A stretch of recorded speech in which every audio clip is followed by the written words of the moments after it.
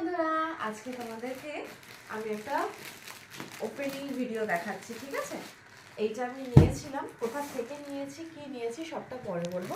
এর আগে আমি প্রায় দুটো ভিডিও আমি করে রেখেছিলাম, কিন্তু কি হয়েছিল জানো তো, ভিডিওগুলো এত বড় হয়ে গেছিল, ওই জন্য আর সেই কেটে কেটে দেওয়াটা আবার সমস্যা ছিল, আর দিয়ে তারপরে ভিডিওটা না আর এডিটও করা হয়নি, ওই জন্য দেখানো হয়নি। তো আজকে আমি চটজলদি করে দেখাচ্ছি তোমাদেরকে।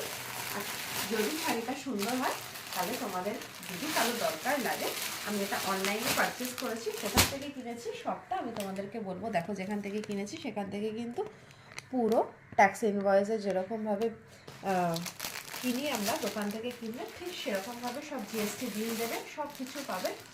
আর এই দেখো, এই জিনিসটা, এই শাড়িটা গাদোয়াল শাড়ি। কার জন্য নিয়েছি, কি নিয়েছি আমি কিচ্ছু বলবো না, শুধু জাস্ট শাড়িটা দেখো। আমি এই শাড়িগুলো নিজের জন্য নিইনি, সব গিফটিং পারপাসেই নিয়েছি। এই শাড়িটারই একমাত্র আমি ভিডিওটা আশা করছি যদি ছোট হয় তাহলে আপলোড করব। এর আগে অনেকগুলো শাড়ির ভিডিও করা হয়েছে, সেগুলো আর দেওয়া হয়নি, দিতেই ভুলে গেছি।